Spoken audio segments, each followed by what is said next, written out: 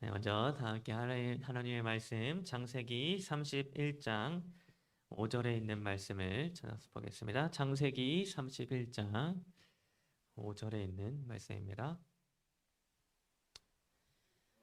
찾으셨으면 우리 다 함께 같이 읽도록 하겠습니다. 창세기 31장 5절입니다. 함께 읽겠습니다. 시작. 여호와께서 야곱에게 이르시되 내 조상의 땅 내 족속에게로 돌아가라. 내가 너와 함께 있으리라 하신지라. 아멘. 네, 오늘 저는 여러분과 함께 하나님의 뜻을 아는 법이라는 제목으로 말씀을 좀 나누도록 하겠습니다.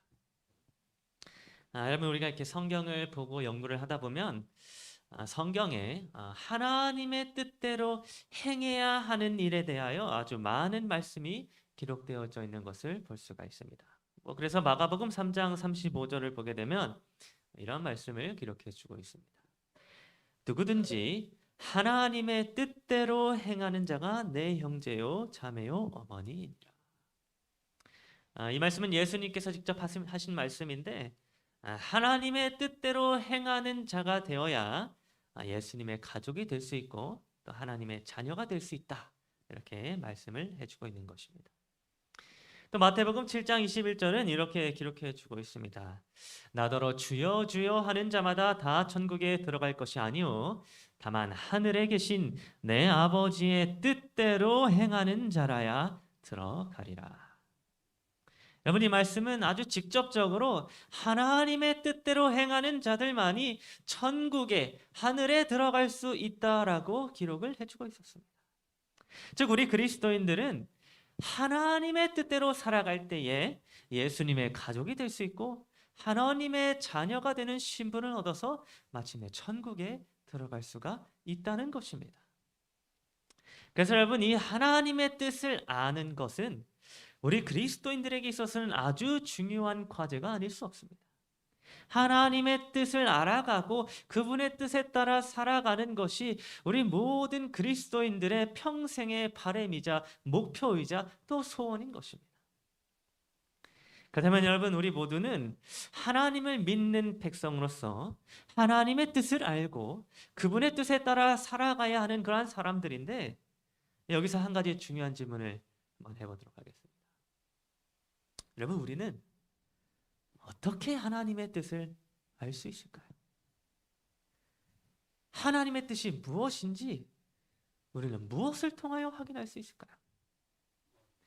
우리가 어떤 인생의 큰 선택의 순간이 닥쳤을 때에 하나님의 뜻을 우리가 찾고 구해야 하는데, 그러한 중요한 문제의 순간순간마다 우리가 어떻게 하나님의 뜻을 확인할 수가 있을까요?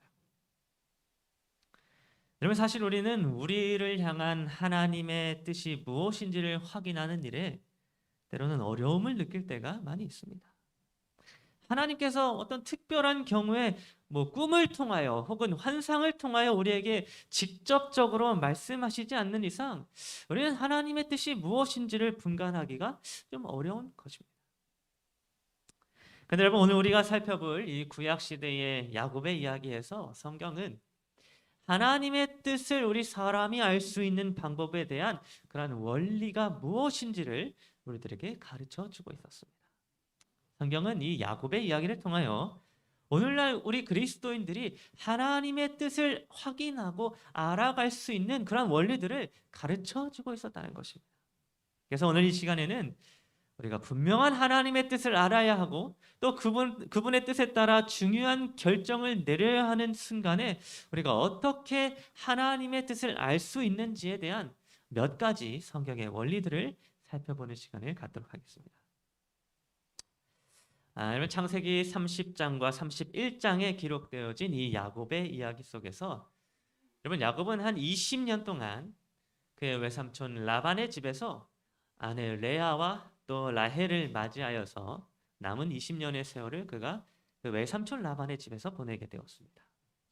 그런데 외삼촌 라반의 집에서 20년이라고 하는 긴 세월을 보내게 되는 동안 야곱에게는 한 가지 큰 의문이 하나 들게 되었습니다. 그것은 자기가 도대체 언제까지 외삼촌 라반의 집에 머물러야만 하는가라고 하는 그런 의문이었습니다. 여러분 창세기 28장 15절에서 하나님께서는 사닥다리가 나타났던 그 야곱의 꿈속에서 고향 땅을 떠나는 야곱을 향하여 이렇게 약속해 주셨습니다.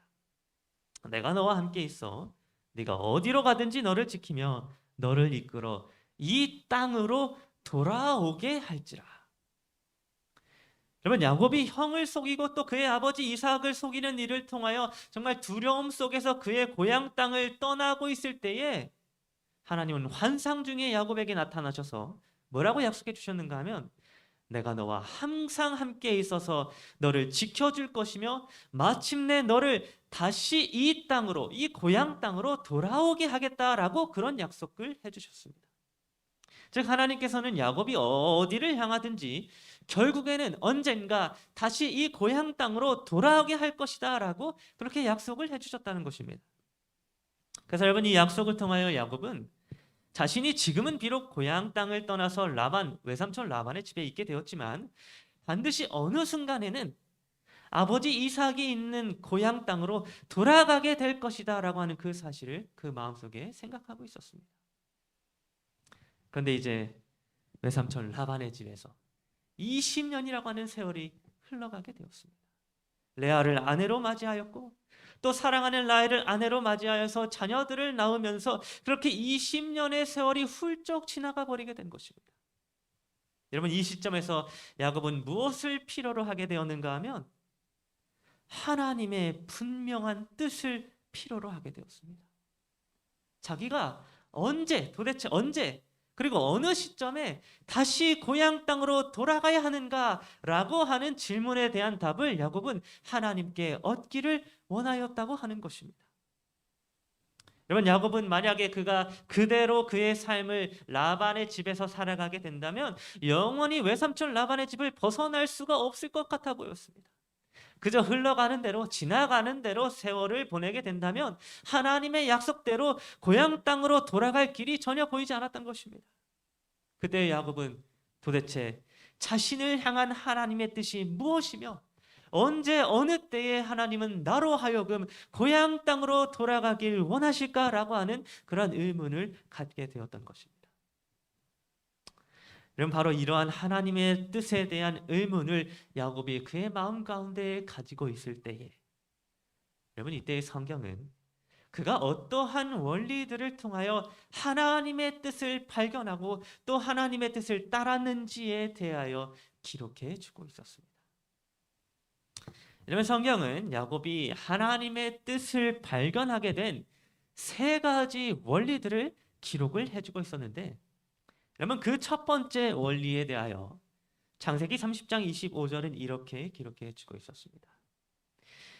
라헬이 요셉을 낳았을 때에 야곱이 라반에게 이르되 나를 보내어 내 고향 나의 땅으로 가게 하시되.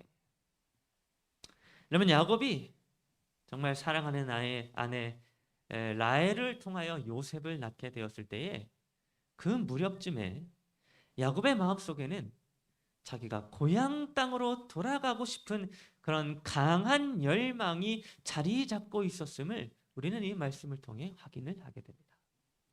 여러분 이때부터 이미 야곱의 마음속에는 전에 그가 꿈속에서 만난 하나님의 약속대로 고향 땅으로 돌아가야 한다고 하는 그 사실에 대하여 간절히 소망하고 있었음을 우리는 확인하게 되는 것입니다. 여러분 야곱은 그의 마음속으로 자기가 고향 땅에 돌아가야 한다는 그런 강한 열망을 가지고 있었습니다. 그것이 곧 하나님의 약속이며 하나님의 뜻이라고 하는 사실을 그의 마음 가운데 가지고 있었다는 것입니다. 여러분 이와 같이 우리가 하나님의 뜻을 알 수 있는 원리 중에 첫 번째는 바로 마음속에 열망이 솟아오르는 것입니다. 여러분 이것을 조금 고급스러운 단어로 이야기하자면 명확한 내적 확신이라고 그렇게 말할 수 있을 것 같습니다. 여러분 하나님께서 우리로 하여금 하나님의 뜻을 알게 하실 때에 하나님은 우리 사람의 마음속에 하나님의 뜻을 향한 강한 열망이 솟아오도록 하십니다. 성령 하나님께서 우리로 하여금 하나님의 뜻을 향한 열망이 솟아오르도록 하시는 것입니다. 그래야 우리는 우리 마음속으로 무엇인가를 열망하게 되는 것입니다. 그런데 여러분, 우리가 우리 마음속으로 열망을 하게 되고 또 스스로 내적인 확신을 아무리 갖게 된다 할지라도 내가 스스로 생각하게 된 나의 마음이 하나님의 뜻이라고 하는 사실을 우리가 확신을 할 수가 있을까요? 그러면 우리는 우리 마음속에 들어온 생각이 하나님의 뜻일 것이다 라고 하는 그런 정확한 판단을 내릴 수가 없습니다. 왜냐하면 때때로 우리의 대적인 사탄 마귀가 그것을 방해하여서 엉뚱한 마음을 심어 놓을 때도 있기 때문입니다.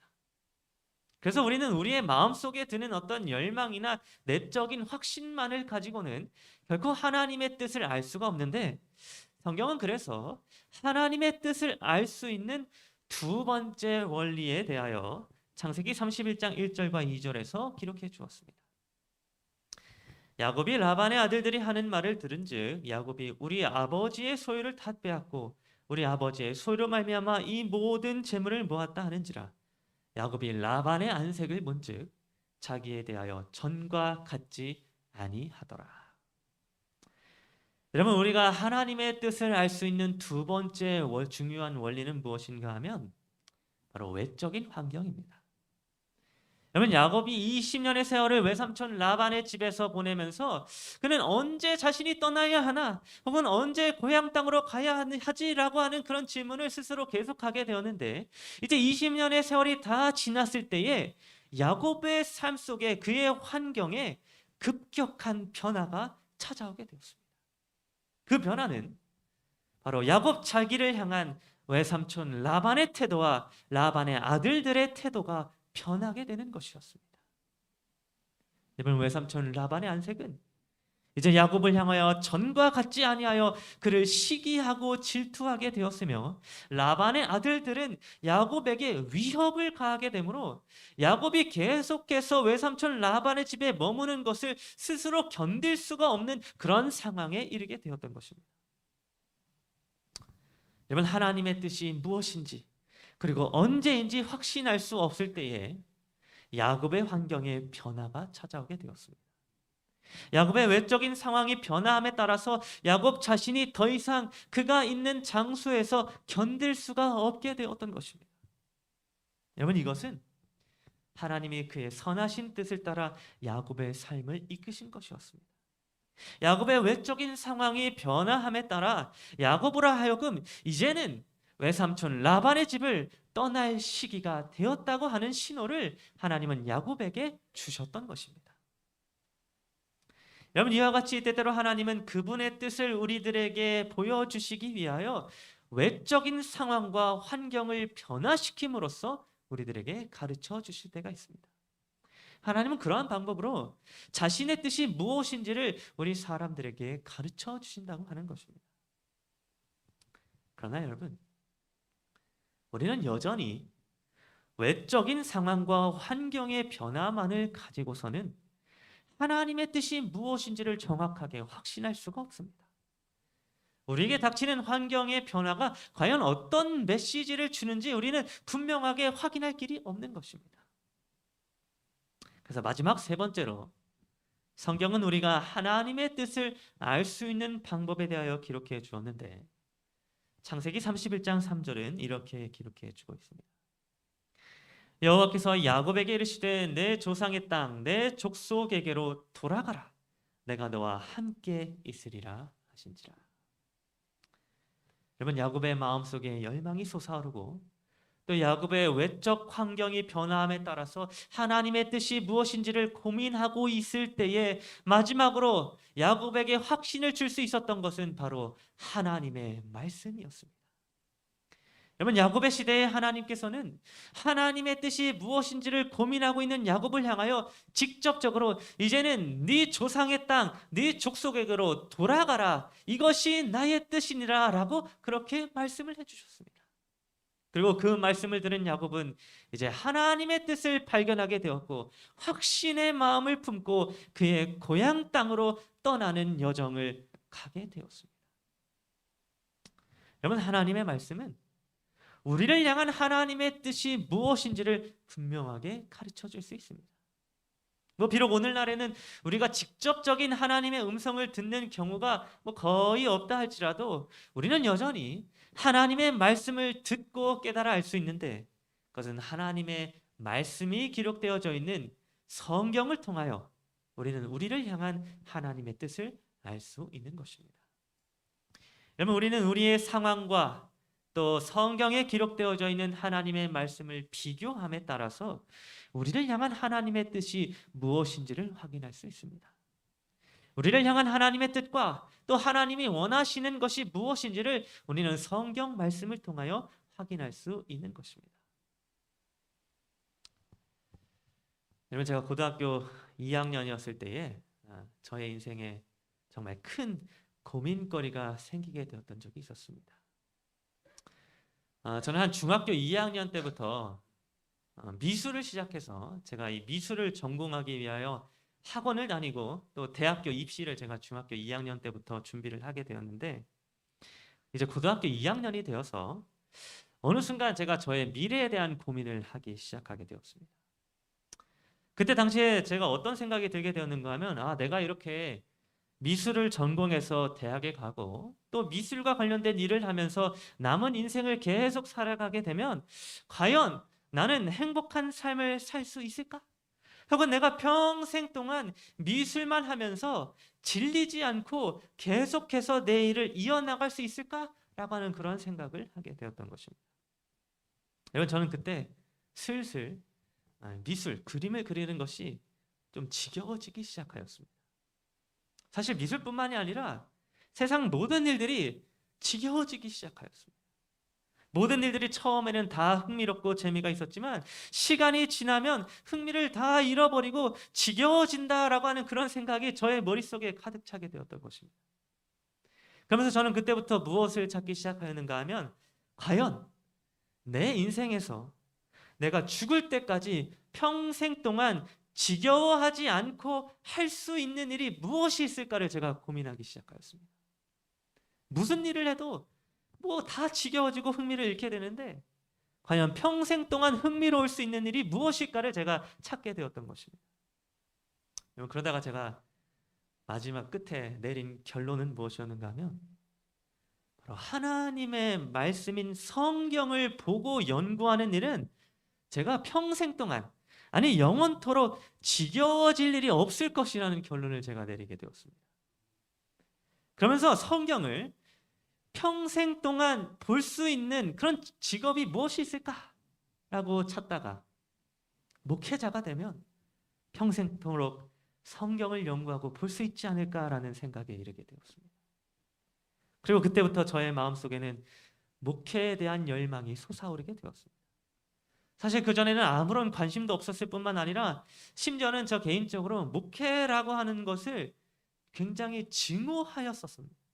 그런데 그렇던 저에게 이제는 자연스럽게 목회에 대한 열망이 제 마음속에 솟아오르게 되었던 것입니다. 그리고 그렇게 제가 마음을 먹게 된 이후에 고등학교 2학년 때부터 저의 삶의 외적인 환경은 급격하게 변화하게 되었습니다. 여러분, 그때 어떤 외적인 상황이 만들어지게 되었는가 하면, 제가 고등학교 2학년 때부터 기숙사의 신덕부장이 되어서 제가 매일마다 학생들에게 설교를 해야 되는 그런 상황에 놓이게 되었습니다. 여러분, 저는 기숙사 신덕부장으로서 매일 아침과 매일 저녁마다 기숙사생들에게 말씀을 전하게 되었습니다. 아침 6시 반에 기숙사 강당에서 말씀을 전하였고, 저녁 9시 반에 기숙사로 돌아온 학생들에게 말씀을 전하는 삶을 1년 내내 하게 되었던 것입니다. 그리고 심지어는 기숙사 내에서뿐만이 아니라 학급 안에서, 학년 그 학급 안에서도 신덕부장이 제가 되어가지고 3일에 한 번씩 아침에 학교 친구들 앞에서 말씀을 전해야 했고, 또 학교 동아리와 기도반 시간에도 말씀을 전해야 해서 어떨 때는 하루에 5번 이상 말씀을 전해야 하는 그런 때도 있게 되었습니다. 그래서 제가 대략 고등학교 시절 동안 제가 설교를 했던 그 횟수를 대략 세어보았더니 거의 1000회가 넘도록 제가 설교를 했다는 사실을 확인하게 되었습니다. 물론 제가 이렇게 설교를 길게 했던 것은 아니고 이렇게 10분 설교를 제가 했었던 것이었지만, 아무튼 저는 그때 여러분 저의 삶의 환경이 변화하게 되었으며, 그 환경이 저에게 어떠한 메시지를 주고 있다는 사실을 제 스스로 깨닫게 되었습니다. 그리고 마지막으로 고등학교 2학년 겨울 추계 기도주일 기간에 저는 기도주일 강사 목사님의 말씀을 듣고 또 찬양을 듣던 와중에 저의 마음 가운데에 분명한 성령 하나님의 음성을 제가 듣게 되었습니다. 성령 하나님께서는 그때 제가 결코 부인하거나 거절할 수 없는 음성을 저의 마음 가운데에 주셨는데 그것은 바로 목회의 길로 가라고 하는 그런 음성이었습니다. 여러분, 제가 들은 그 음성이 뭐 어떠하였는지는 제가 뭐 말로 설명할 방법이 없습니다만 제가 목회의 길로 가야 된다고 하는 그 분명한 음성은 제 마음속에 뚜렷이 그때 남아있게 되었습니다. 그래서 저는 기도주일이 맞춰지는 날 저녁에 저희 아버지한테 전화를 해가지고 제가 다니고 있던 미술 학원을 다 끊어달라고 얘기를 하고 제가 이제는 신학과에 가서 목회를 하겠다며 제가 그날 눈물을 흘리면서 저희 아버지에게 전화를 하게 되었습니다. 사실 그때 저희 아버지는 제가 신학과에 가겠다고 하니까 가지 말라고 반대를 했었습니다. 그러나 저는 그럼에도 불구하고 나는 신학과에 가야 한다면서 저희 아버지를 설득하게 되었고 그렇게 저는 하나님의 뜻을 저의 마음 가운데에 분명히 새김으로 신학과에 들어가서 목회 시험을 보고 또 지금 이렇게 여기 장구함교회에서 목회를 하게 되었습니다. 여러분, 제가 정말 짧은 시간 동안 목회를 하면서 사실은 이 목회를 좀 그만두고 싶을 때도 많이 있었습니다. 제가 목회를 하기에는 제 스스로도 너무나 부족하다는 사실을 제가 깨달았으며 또 때로는 어떤 불화 때문에 또 때로는 제가 감당할 수 없는 큰 상처 때문에 제가 목회를 그만두려 했었던 적도 많이 있었습니다. 그러나 그럴 때마다 저는 그 고등학교 2학년 시절에 하나님께서 저에게 분명히 나타내 보이셨던 그 하나님의 뜻을 다시 한번 생각하면서 저의 마음을 돌이키게 되었습니다. 여러분, 오늘 우리는 야곱의 이야기를 통하여 성경이 가르쳐주고 있는 하나님의 뜻을 알 수 있는 원리 세 가지를 우리가 찾아보게 되었습니다. 여러분, 우리 마음속에 솟아나는 열망과 또 외적인 환경의 변화와 또 우리에게 말씀하시는 성령 하나님의 말씀과 성경의 기록들을 통하여 우리는 우리를 향한 하나님의 계획과 뜻이 무엇인지를 분별할 수 있는 것입니다. 그러면 오늘 우리 모두가 이러한 성경의 원리를 기억하게 되므로 하나님의 뜻이 무엇인지를 분별하고 또 그 하나님의 뜻에 따라서 우리의 인생을 살아가게 되는 우리 모두가 되었으면 좋겠습니다. 그리하여 주여 주여 하는 자가 되는 것이 아니라 하나님의 뜻에 따라 남은 세월을 살다가 마침내 저 천국에 들어가 하나님의 자녀로서 영원히 살아가게 되는 그런 젊은 모두가 되기를 간절히 바라면서 오늘 말씀을 마치도록 하겠습니다.